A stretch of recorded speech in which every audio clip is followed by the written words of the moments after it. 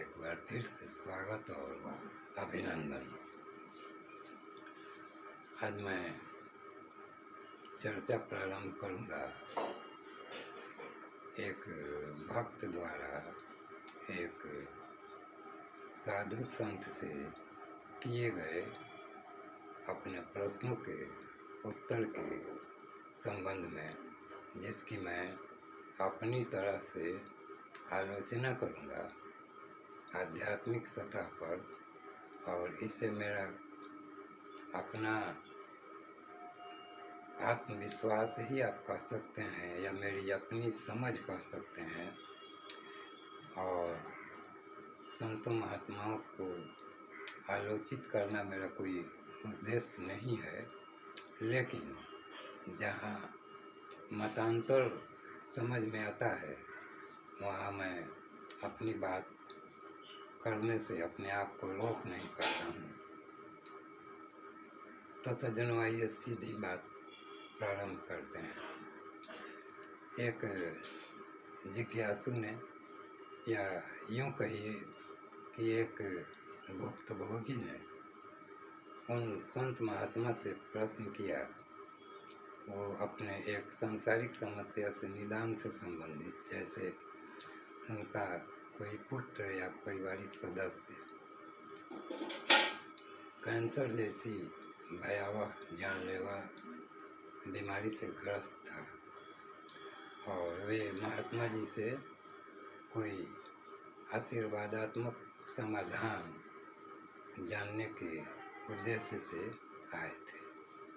तो महात्मा जी ने उन्हें दार्शनिक उत्तर देकर, और पता नहीं स्वयं को वे संतुष्ट किए कि उस जिज्ञासु को संतोष प्रदान किए। उनके अनुसार कर्मों का फल और कोई अपना नहीं है, वह आपका न शत्रु है न मित्र है, वह आपके और उसके दोनों के कर्मों का फल भुगताने के लिए आया है। कर्मों का फल भोग पूरा हो जाएगा तो या तो वह चला जाएगा या फिर रोग चला जाएगा। इस प्रकार की बातें कर रहे थे। ठीक है, इस पर बहुत से मतांतर और बहस का यह विषय है, लेकिन एक आध्यात्मिक अभ्यासी होने के नाते मेरा मत कुछ अन्य प्रकार का है। अगर बीमारी या किसी भी समस्या का समाधान करना हो तो मंत्र चिकित्सा को एक बार प्रयोग में लाना चाहिए। आयु की समस्या है या जीवन पर मृत्यु का साया है तो भगवान शिव से, जो महाकाल हैं, उनसे आयु की प्रार्थना की जानी चाहिए, और निश्चय ही वे आयु प्रदान करते हैं। कुछ संत और महात्मा जो इस सिद्धांत से थोड़ा सा सहमत होते हैं, वे अपना एक अविश्वास के लिए एक क्लॉज लगा देते हैं कि इसकी तो आयु समाप्त हो गई है, कोई दूसरा इसको आयु अपना देगा तो इसकी आयु बढ़ जाएगी। क्यों भाई? ईश्वर के पास क्या कालखंड की कमी है? उनके पास क्या आयु का स्टॉक खत्म हो गया है और नए सिरे से वे किसी जीव को आयु प्रदान नहीं कर सकते हैं? या तो ईश्वर की क्षमताओं को सीमित करना या उसे सीमा में बांधने जैसा है। ईश्वर जो सब कुछ कर सकते हैं, किसी भी नियम से वे बंधे हुए नहीं हैं। कोई भी संसारी सोच का नियम उन पर लागू नहीं होता है। ईश्वर स्वयं नियमों के अधिष्ठाता हैं। तो सज्जनों, मैं ऐसा कोई भाषण नहीं करूँगा, मैं सीधी बात करूँगा कि जिन भी सज्जन को किसी भी प्रकार की बीमारी हो तो वे उपलब्ध चिकित्सा का सहारा लें, और जो भी उपलब्ध चिकित्सकीय साधन हो उसको वो उपयोग में लाएं, और साथ ही साथ विश्वासपूर्वक भगवान शिव की पूजा करें। मात्र एक दिन जाकर भगवान शिव से आराधना करें। उनके मंदिर में शिवलिंग पर या जो शिला रूप में भगवान शिव की जिस मंदिर में स्थापना हो, उसमें जाकर एक नारियल चढ़ाकर फूल और माला अर्पित करके उनसे कातर प्रार्थना करें और आयु की मांग करें। जो भी हो परिवार का सदस्य, उसके निमित्त या स्वयं अपने निमित्त। इसके बाद बहुत से मंत्र हैं, उनमें से कोई भी एक मंत्र जपना शुरू करें। सबसे अच्छा मंत्र तो है महामृत्युंजय मंत्र, जो किसी भी रोग के निवारण से संबंधित या मृत्यु भय को दूर करने में पूर्णतः सक्षम है। तो उस मंत्र का जप करना चाहिए। अगर रोगी स्वयं सक्षम है और ठीक से उच्चारण कर सकता है तो वह स्वयं करे, अथवा उसके परिवार का कोई भी सदस्य पवित्रतापूर्वक प्रतिदिन उसके निमित्त 5 या 10 माला या 11 माला या 21 माला रोग की गंभीरता और रोगी की अवस्था के अनुसार जप प्रारंभ करे।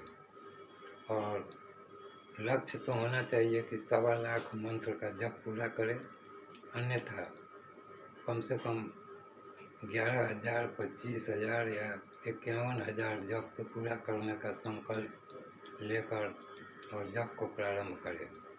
संकल्प करने हेतु जो भी रोगी है या संबद्ध व्यक्ति है, उसके हाथ में एक पान का पत्ता, 2 या 5 सुपारी, पूजा वाली सुपारी, और 11 रुपये, 21 रुपये या 51 रुपये, जो भी सामर्थ्य हो वह लेकर संकल्प करे कि मैं महामृत्युंजय मंत्र का जप करूँगा अपने इस रोग के निवारण के लिए। और वह संकल्प की वस्तु किसी अच्छे ब्राह्मण को या किसी मंदिर में किसी पुजारी को जाकर के दे देना चाहिए और मंत्र जप प्रारंभ करना चाहिए। सज्जनों, अपने मन मस्तिष्क को खुला रखना चाहिए।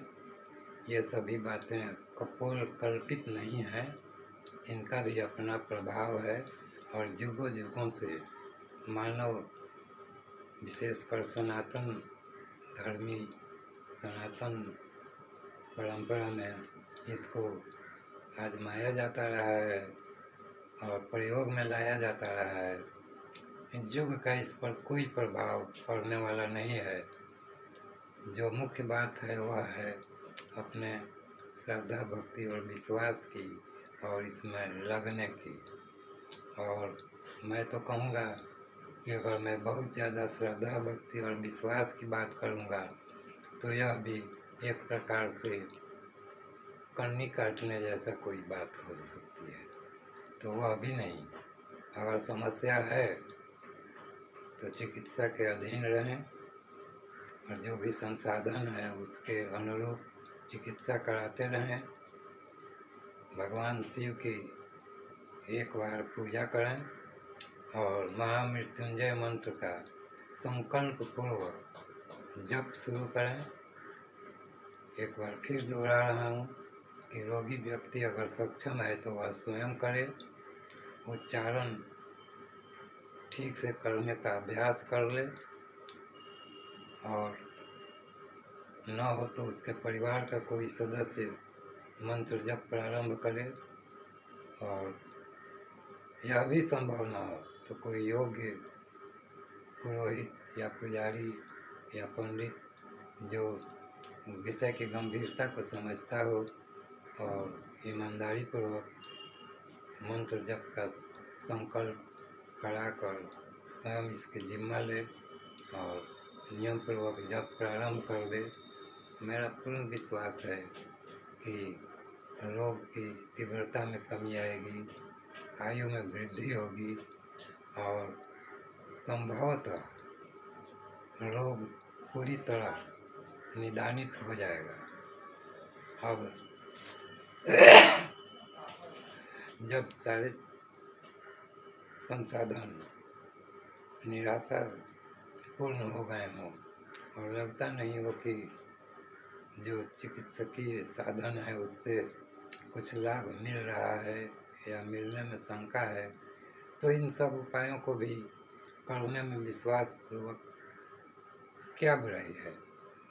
ईश्वर के शरण में तो हम हैं ही, जाने या अनजाने हम सभी काल के ग्रास में हैं, ईश्वर के ग्रास में हैं और ईश्वर के आशीर्वाद से ही अपना जीवन धारण किए हुए हैं। वे क्या नहीं कर सकते हैं। अपने विश्वासों को दृढ़ करें और प्रयास में लग जाएं। ऐसा मेरा लोक कल्याण के लिए इस वीडियो में कुछ कहने का विचार आया। उस महात्मा के प्रसंग को देखने के बाद मुझे कभी कभी दुख होता है कि संसारी सज्जन भक्तजन जो किसी भी कारण से किसी आपदा विपदा में पड़ जाते हैं और किसी संत महात्मा के पास जाते हैं उस आपदा और विपदा से मुक्ति पाने के लिए, तो उन्हें कुछ दूसरी तरह का ही समाधान सुनाया बताया और प्रवचन करने लगा जाता है। तो इससे तो उस श्रद्धालु का कितना कल्याण होता है वह अब बाद की बात है। वर्तमान समय में जैसे आपके पास कोई भूखा व्यक्ति आया हो तो सबसे पहले तो उसे भोजन चाहिए, इसके बाद वह दुनिया भर की बातें सुन और समझ सकता है। सब कुछ आपने कह दिया और भोजन ही नहीं कराया, तो उस भूखे का जो मूल उद्देश्य था आपके समक्ष आने का और अपनी भूख की बात बताने का, वह तो अनुत्तरित रह जाता है या रह गया।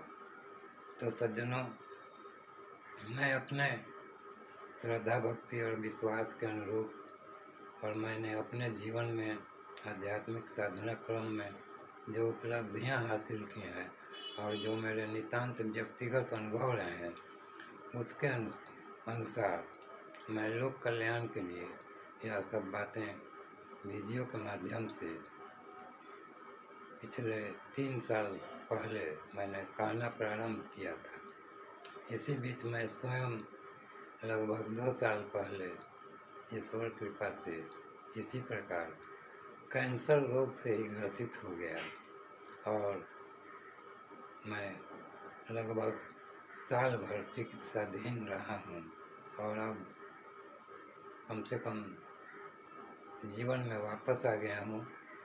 तो अपने अनुभवों को आप सबके समक्ष रख रहा हूँ। मैंने अपनी चिकित्सा कराई और साथ ही साथ महामृत्युंजय मंत्र का भी सहारा लिया और भगवान शंकर से प्रार्थना किए और मेरे सभी परिजन मेरे जीवन के संकट को लेकर अपनी शुभकामनाओं के साथ मेरे सहयोगी रहे। उन सब का मैं चिर आभारी तो हूँ ही, साथ ही साथ अपनी आध्यात्मिक उपलब्धियों को भी मैं ईश्वर कृपा से प्रयोग में लाया और मैं संतुष्ट हूँ, इसलिए कि कोई अमर तो हो नहीं सकता, लेकिन यह कहना भी ठीक नहीं है। ईश्वर की कृपा से बहुत से लोग अमर भी हो चुके हैं, लेकिन अमरता उनके लिए अभिशाप सा बन गया है। तो मैं अमर होने की कामना तो नहीं करता हूँ, लेकिन लंबे जीवन की कामना सभी जीवों की होती है और मेरी भी है। तो मैं अब इससे आगे अपने अनुभव को ज़्यादा विस्तार नहीं दूंगा, क्योंकि मैं स्वयं अपनी आयु बढ़ाने के लिए भगवान शिव से प्रार्थनारत हूँ और मंत्रों का शरणार्थी हूँ। और चिकित्सा प्रकरण तो समाप्त हो गया है, लेकिन नियमित तौर पर अस्पताल में जांच पड़ताल की अनुशंसा है, तो मैं वह कराता रहूँगा और अपने को पूर्णतः स्वस्थ होने की प्रतीक्षा करूँगा और आशा से बंधा रहूँगा।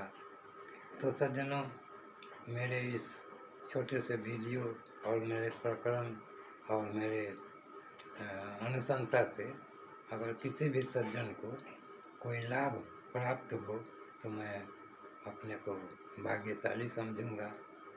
और भी एक अनुरोध करूंगा कि सज्जनों किसी प्रकार के दुविधा, विस्मय, आश्चर्य या अविश्वास में न पड़ें। मेरी बातों को मैंने जैसे कहा है वैसे ही समझें। और कुछ सज्जन फ़ोन करके और तरह तरह से इन बातों को फिर से सुनना समझना चाहते हैं, तो इसकी कोई आवश्यकता नहीं है। मेरे इस वीडियो को ही देखें, समझें और विश्वासपूर्ण तरीके से अगर इच्छा हो तो प्रयास प्रारंभ करके देखें। ईश्वर की कृपा होगी तो वह सबके लिए समान है। इसके लिए न तो कोई कीमत कहीं चुकाने की आवश्यकता है और न ही किसी माध्यम की आवश्यकता है। और सज्जनों, मैं यह भी कहूँगा कि इस विषय में महामृत्युंजय मंत्र के विषय में मेरे पहले से वीडियो मौजूद है। उस पर जाकर महामृत्युंजय मंत्र का विवरण देख सकते हैं, या मैं फिर से दोहरा देता हूँ। ओम त्र्यंबकम यजामहे सुगंधिम पुष्टिवर्धनम उर्वारुकमेव बंधनान मृत्योर्मुक्षीय मातृताम। तो सज्जनों, महामृत्युंजय मंत्र का जप करें, महाकाल भगवान शिव से प्रार्थना करें और निश्चिंत रहें। जो भाग्य में होगा वह तो होगा ही, लेकिन ईश्वर कृपा से भाग्य बदल भी सकता है। तो धन्यवाद सज्जनों। वैसे और भी रोग निवारण के मंत्रात्मक समाधान है, इस पर मेरा एक और वीडियो है। वह मंत्र है भगवान विष्णु का,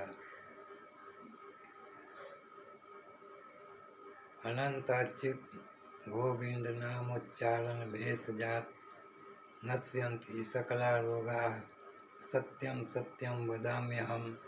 इस मंत्र के बारे में भी मेरा एक अलग से वीडियो है, वह भी देख सकते हैं। तो सज्जनों, यह पूर्णतः श्रद्धा, भक्ति और विश्वास की बात है।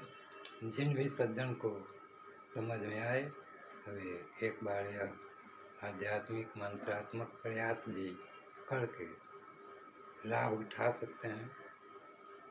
तो धन्यवाद सज्जनों।